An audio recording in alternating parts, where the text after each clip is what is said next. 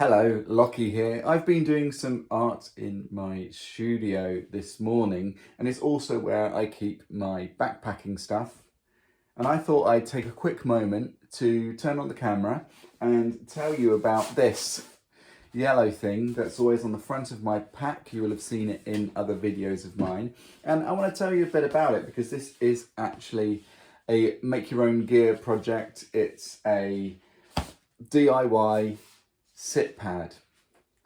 I'll quickly tell you how it's constructed. So inside here, I've got two very thin layers of closed cell foam, cut to size so they fit perfectly on the front of the pack, and then they slip inside this nylon sleeve, which was sewn by hand while watching TV. That's before I learnt to use a sewing machine, but it does the job. And they slip in there. The materials to make one of these are pretty cheap. In fact, I just had them laying around and I was able to make something that was fitted to the dimensions on the front of my pack and yeah, lighter than a commercial one, or it would have been had I not added these patches. The first one is for Folkestone, that's where I live. The second one is the Great Glen Way that I hiked this past summer for charity. Every time I do a significant hike, I want to find a patch or a sticker or something that I can add to this just to kind of commemorate it.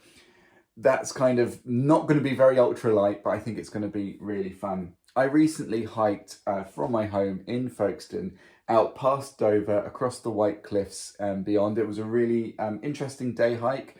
There's some interesting history around the area. There was some cool nature, despite it being later in the year, and despite being nestled between urban areas, there was still some really cool, interesting bits of nature. So I want to commemorate that walk.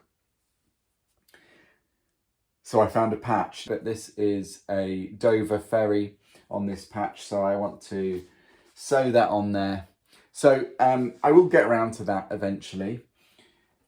Maybe next time I do a hiking video, look out for my sit pad on the back of the pack and see if I've got round to sewing that patch on there. If you haven't yet watched my Dover White Cliffs hiking video, check that out next.